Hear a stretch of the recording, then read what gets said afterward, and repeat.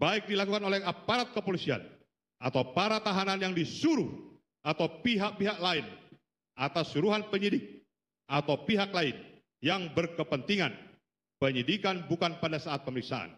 Untuk itulah KUHP mewajibkan kehadiran penasehat hukum sejak awal penyidikan sebagaimana yang diamanahkan pada pasal 56 KUHP dan jurisprudensi Mahkamah Agung. Karena setidaknya penasehat hukum dapat melindungi hak tersangka dari tindakan penyiksaan dan intimidasi selama dirinya menyandang status sebagai tersangka.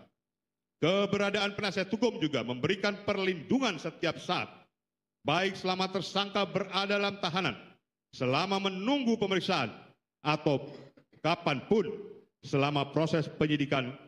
Karena pada dasarnya, seseorang yang di bawah perlindungan advokat niscaya lebih dihormati dan dihargai, serta dilindungi hak-hak konstitusionalnya daripada mereka yang tidak didampingi. Hal ini karena kedudukan advokat yang setara dengan penegak hukum lainnya, memiliki akses hukum dan keadilan yang luas, sehingga menimbulkan rasa segan siapapun, baik para penyidik atau pejabat Polri lainnya dan para tahanan lainnya, untuk berpikir berulang kali sebelum melakukan penyiksaan. Advokat memiliki ilmu dan keterampilan yang memadai, sehingga pendapat-pendapatnya dapat didengar dan menjadi masukan para penyidik dalam menjaga profesionalisme dan menghindari pelanggaran prosedur selama penyidikan. Menurut teori psikologi kekuasaan, betapa besarnya pengaruh kekuasaan terhadap perilaku si pemegang kekuasaan. Dan seorang pemegang kekuasaan biasanya akan selalu menunjukkan dominasi guna mempertahankan kekuasaan terhadap orang yang dikuasainya. Agar si penguasa mendapat keinginannya, maka tak jarang menggunakan tindakan korsif atau pemaksaan. Dan penyiksaan merupakan instrumen paling efektif dalam menjalankan tindakan korsif tersebut.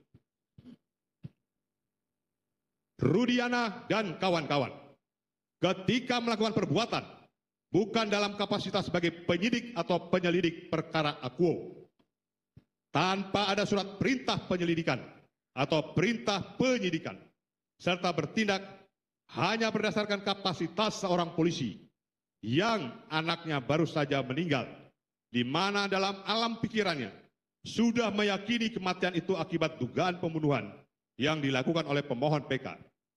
Keterangan pemohon PK dan kedua saksi mahkota khusus tentang poin penangkapan diperhalus dengan pengamanan.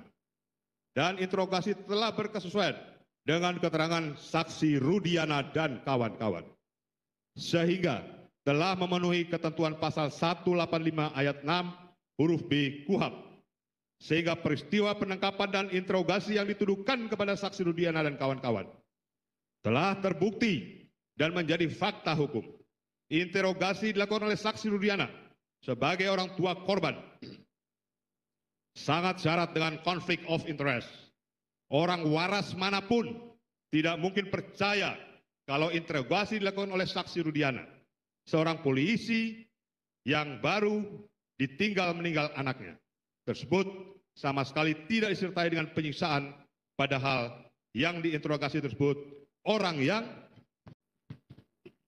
diyakini sebagai pembunuh anaknya.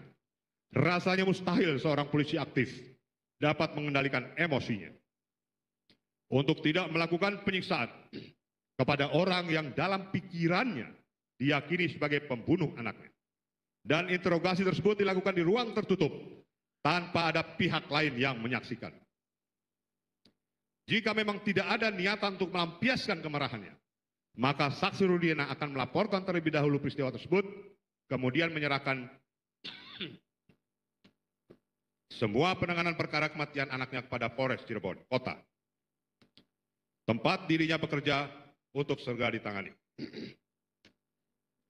Tindakan saksi Rudiana dan kawan-kawan menimbulkan kesan yang kuat akan ketidakpercayaan dirinya kepada institusi Polres Cirebon Kota, sehingga dirinya perlu turun tangan langsung guna menangani dan menangkap para pelaku tindak pidana yang menimpa anaknya.